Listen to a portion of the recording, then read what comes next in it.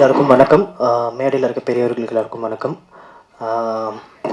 அதான் இப்போது எங்கேருந்து சொல்ல தெரியல, எனக்கு தமிழ்ச்செல்வன் அண்ணன்லேருந்து ஆரம்பிக்கிறேன். என்னோடய நண்பர் மூலமாக பழக்கமானார். சேலமில் நிறைய படங்கள் எடுத்துகிட்ருக்காரு. இந்த மாதிரி நிறைய படங்கள் எடுத்துகிட்ருக்காரு. அவருடைய படங்கள்லாம் அப்பப்போ பார்க்குறது உண்டு.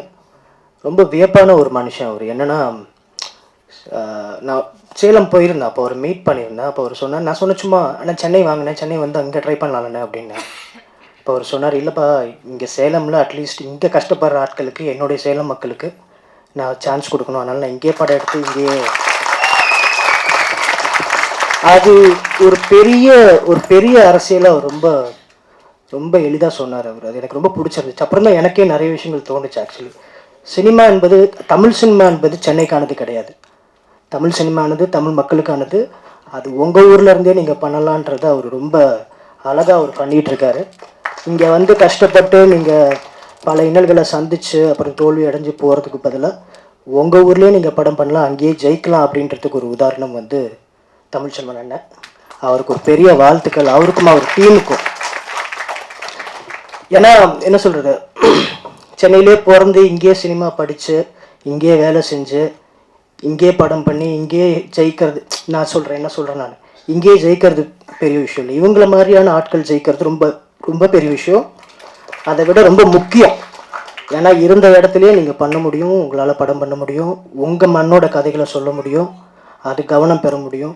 அதே மாதிரி என்னென்னா, நம்ம ஒரு படம் பண்ணிவிட்டு இப்போ 2வது படம் பண்ணுறதுக்கு அவ்வளோ கஷ்டப்பட்டுருக்கோம். இவர் பார்த்தா அடித்து நவுத்திட்டு இருக்காரு 6 படம். நான் கேட்குறேன், எப்படி நான் பண்ணுறீங்க அப்படின்றேன். ஸோ இந்த உத்வேகம் அவர்கிட்ட இருக்குது, அதை நான் நோட்டீஸ் பண்ணுறேன். அதே சமயம் சேலத்தோடைய திறமைகளை மட்டும் நீங்கள் சென்னைக்கு கொண்டு வரக்கூடாது, சேலத்தோட கதைகளையும் கொண்டு வரணும். அதையும் நீங்கள் பாருங்கள். ஏன்னா எப்பயுமே வந்து மண்ணும் மண் சார்ந்த படங்களும் தான் எப்பயுமே ஜெயிக்கும்.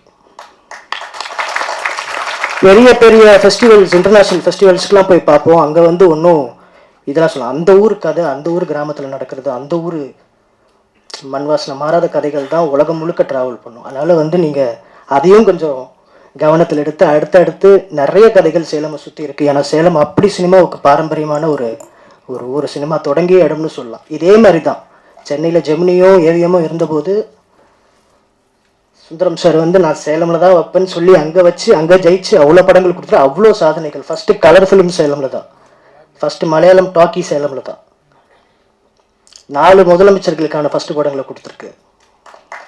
ஸோ அந்த மாதிரியான ஒரு ஊர்லேருந்து வரீங்க.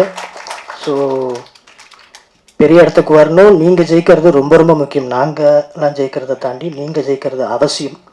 ஸோ உங்கள் டீமுக்கே வாழ்த்துக்கள். எல்லோரும் எங்களால் முடிஞ்ச ஹெல்ப் இந்த ஆடியோ லான்ச்சுக்கு வரது தான். ஸோ அது வந்திருக்கும். ஸோ எங்களுக்குமே ஒரு பெரிய மோட்டிவேஷன் தான். நான் ஒரு மோட்டிவேஷனை தான் பார்க்குறேன். ஏன்னா இவர் லெவலுக்கு ஃபாஸ்ட்டாக ஓடணும், நிறைய நிறைய விஷயங்கள் பண்ணி. ஏன்னா கொஞ்ச நேரம் சும்மா இருக்க மாட்டார் அவர். ஆஃபீஸில் போய் அப்புறம் அடுத்த படத்தை ஒரு ஆடியோ லான்ச்சுன்றாரு. பார்த்தா ஒரு பேப்பரில் பார்த்தா நிறைய ஆர்டிஸ்ட் லிஸ்ட்லாம் எழுதி வச்சுருக்கேன். என்னென்னு கேட்டால் ஆடிஷன் போயிட்டுருக்கு அடுத்த படத்துக்கு அப்படின்றாரு. ரொம்ப வியப்பாக இருந்துச்சு. உங்களுக்கு வாழ்த்துக்கள்ண்ணே, உங்கள் டீமுக்கு எல்லாருக்குமே வாழ்த்துக்கள்.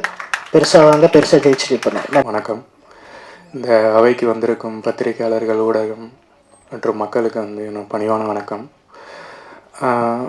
இந்த படம் இரவினில் ஆட்டம், இதை பற்றி எனக்கு தெரியல. எனக்கு வந்து கணேஷ் நண்பர் வந்து டாடா இயக்குனர் ஃபோன் பண்ணார், இந்த மாதிரி ஒரு படம் இருக்குது, நீங்கள் வாங்க, இசை வெளியீட்டு எல்லாம் இருக்குது அப்படின்னு சொன்னார். எனக்கு எதுவுமே தெரியலையே நண்பா, எந்த ஒரு விபரமும் தெரியல அப்படின்னாரு. அப்படின்னு நான் சொன்னேன்.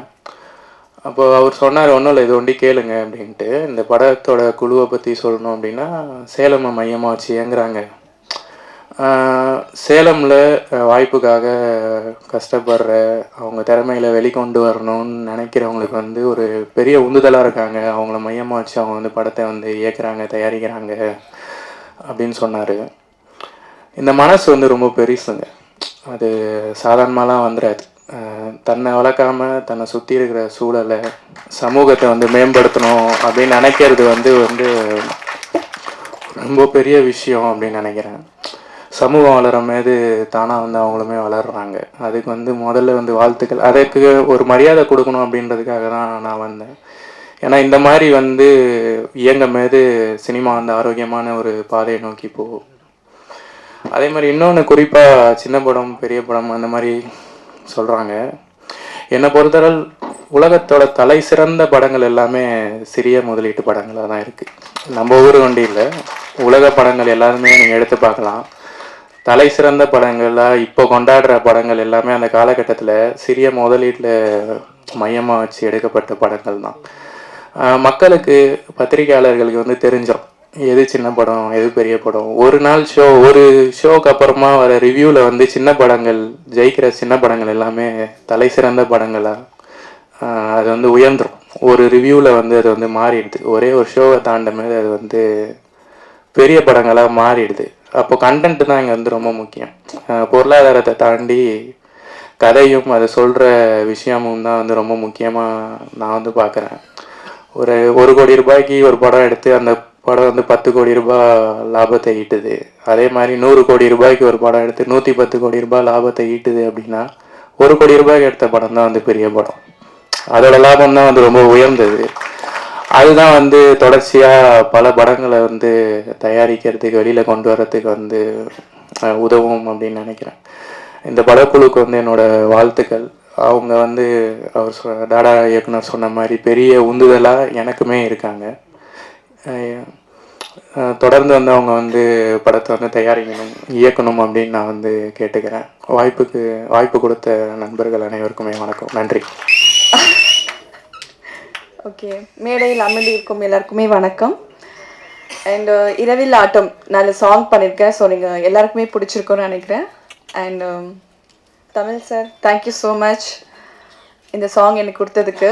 And all team, thank you so much and congratulation sir. Thank you.